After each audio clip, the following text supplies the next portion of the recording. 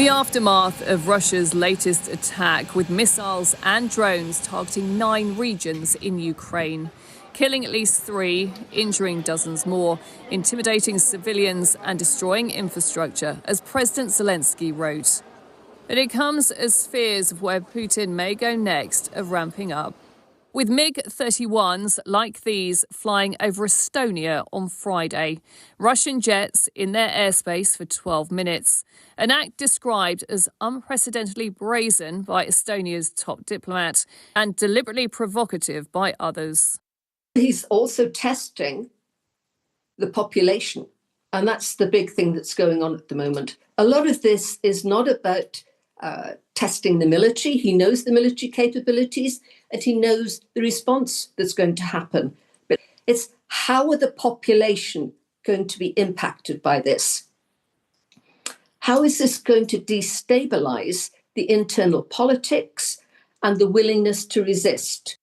In a statement, the Russian Ministry of Defense denied it, saying the flight was conducted in strict accordance with the international rules for the use of airspace.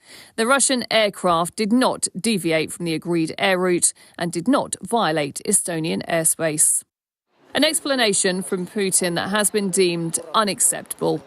NATO air policing was doing a good job, and also they were signaling to the Russian pilots that they should change their course. And so far, there was no reaction from the Russian pilots. So we can say that at least some of the flight path was intentional, and they must have known that they were in Estonian airspace. One former NATO insider says still not enough to provoke a significant military response.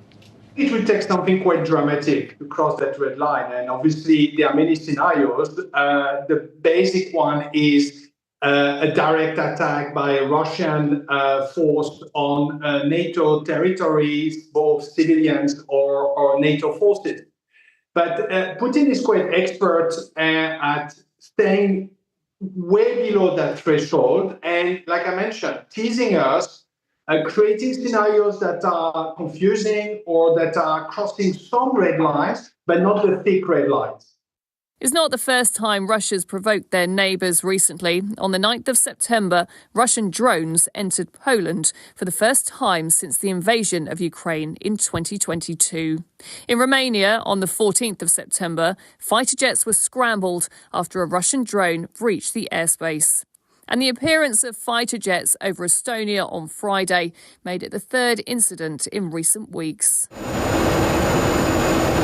There have been signs of support for those who share a border with Russia. French fighter jets deployed over Poland last weekend. Joint forces training in Estonia, less than 100 miles from Russian territory. But Estonia is now demanding urgent consultation with other NATO members under Article 4 in a quest for reassurance.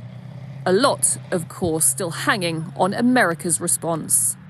What's your take in general? Well, I don't love it. I don't love it when that happens.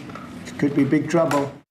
The extent of Russian aggression is all too clear. Ukraine feeling its force as their European partners increase their own deliberate signs of support.